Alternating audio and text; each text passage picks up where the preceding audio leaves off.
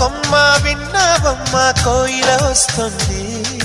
విన్నానమ్మ తీయని వేణువు రమ్మను పిలుపులని.